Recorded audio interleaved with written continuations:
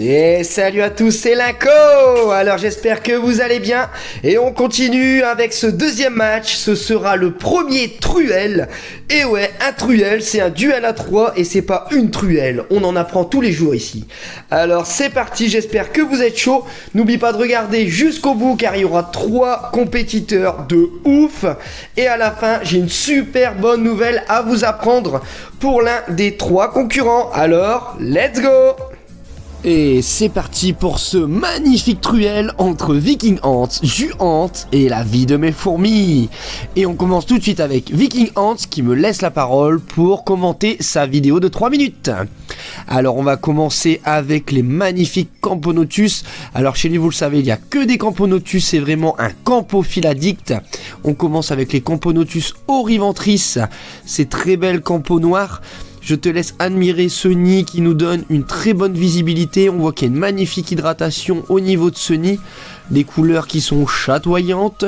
Et tout se passe bien pour lui au niveau de ces Camponotus oriventris. Alors rappelle-toi, il t'avait montré déjà pas mal de campos de loin. Mais là on va zoomer sur quelques Camponotus 6. Et on passe ici avec les Camponotus irritants. Très belle espèce aussi qui a des reflets jaunes. Ici on est dans un nid avec une cuve en verre comme on voit. Et on est plutôt parti sur la matière reconstituée. Donc qui projette aussi énormément d'humidité. On revient sur du plexi avec ici les Camponotus japonicus. Une espèce qu'on voit pas si souvent que ça et qui se développe très très bien chez lui. Ça c'est vraiment nickel.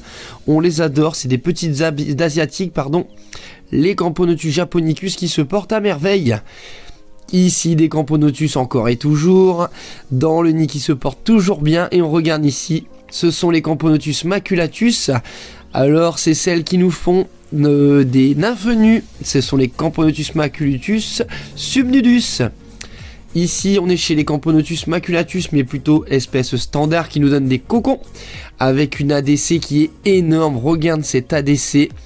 Elle est géniale, une belle ADC en verre avec des maculatus qui grouillent de partout. Regarde le nid, il est rempli, franchement, c'est le kiff. Ça donne chez lui. Regarde ici, il y a des cocons de partout, ça va exploser.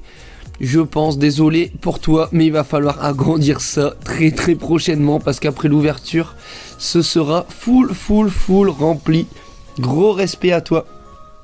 Et on continue avec la dernière espèce.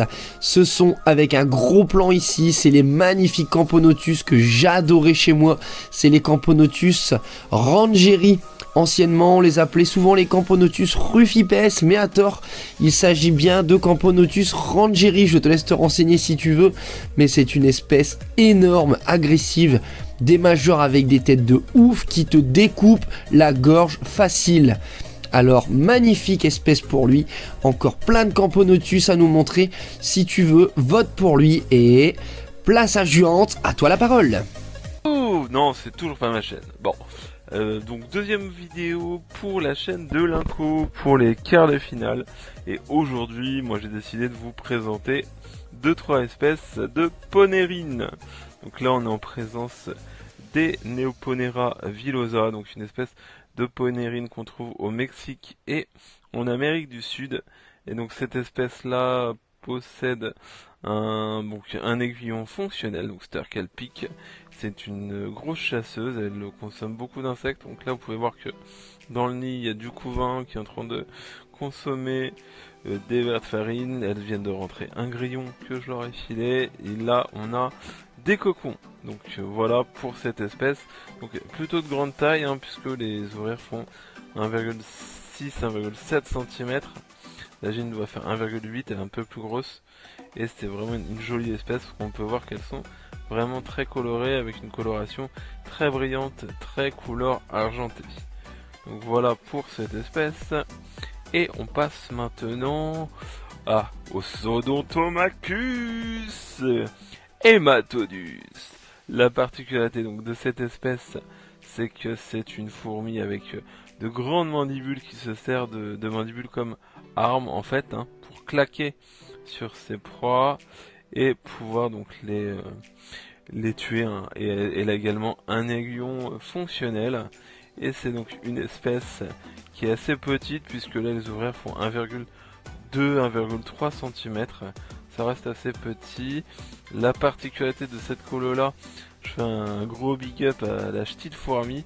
C'est une colonie qui vient de chez lui et qui l'a produit via des sexués. Donc c'est une colonie qui a jamais connu la nature. Ça c'est cool. On peut voir là la gine est partie dans le tuyau pour aller à l'extérieur. Donc c'est une espèce qu'on trouve en Guyane principalement et en Amérique du Sud. Donc c'est vraiment une espèce plutôt cool. Et là on peut voir que il y a une ouvrière qui est en train de faire je ne sais quoi, de tirer sur c'est des morceaux de grillons ça à tous les coups. Parce que je leur ai mis des grillons aussi. Et franchement c'est une espèce bien sympatoche. Et enfin pour finir, une ponérine bien connue du grand public. Je veux parler de Neoponera apicalis, une fourmi guyanaise plutôt de grande taille, puisque là on est sur du 1,8 cm et c'est une espèce donc avec également un aiguillon fonctionnel qu'on trouve en Guyane. Donc la particularité c'est qu'elle a les antennes jaunes. Voilà un petit peu pour cette petite fourmi qui est plutôt sympatoche. Bon, j'espère que la vidéo vous aura plu. Votez pour moi. Et bisous Linko. Gros bisous mon géante et place à la vie de mes fourmis.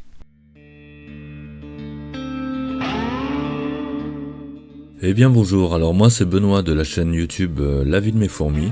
Donc aujourd'hui je vais vous présenter mes Messor barbarus, mais tout d'abord je voudrais vous remercier d'avoir voté pour que je passe le précédent tour. Donc allez c'est parti, on va faire un petit tour chez les Messor barbarus. Alors ouais je sais c'est une fourmi qu'on va dire ordinaire et tout, mais elle est aussi extrêmement intéressante et je vais vous le montrer un peu dans cette vidéo. Bon déjà là on va se rapprocher un petit peu, on va aller dans le couvain. Donc la gine est de 2018 et là cette année pour un début de saison elle est quand même assez efficace, hein. On peut voir qu'il y a pas mal de couvains, donc pas mal d'œufs. Là il y a un major en train de jouer avec ses mandibules avec une petite grappe là.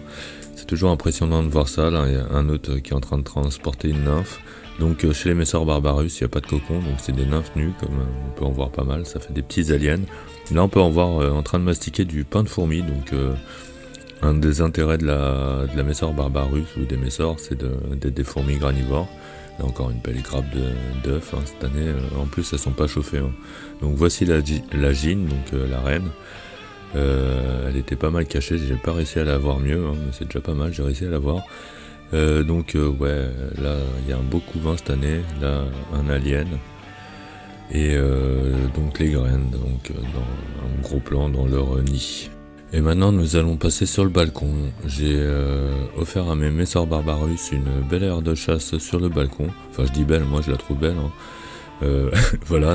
Là vous vous dites que l'aire de chasse est assez vide, bon c'est vrai, mais on va faire en sorte que ça change. On va invoquer le recrutement des Messor barbarus, ça marche toujours avec elle. Il suffit d'une ou deux qui passent par là.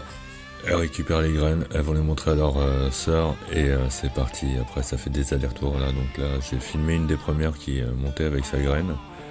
Et après bah, c'est parti, hein. J'ai fait un timelapse, donc vous pouvez voir dans le fond sur la gauche là les allers-retours. Donc c'est là c'est rapide oui, mais ça a duré sur l'espace de 3 heures. C'est une fourmi vraiment intéressante quoi. Le recrutement, le stockage des graines, la fabrication du pain de fourmi, c'est des vraies petites boulangères quoi, c'est vraiment sympa à voir.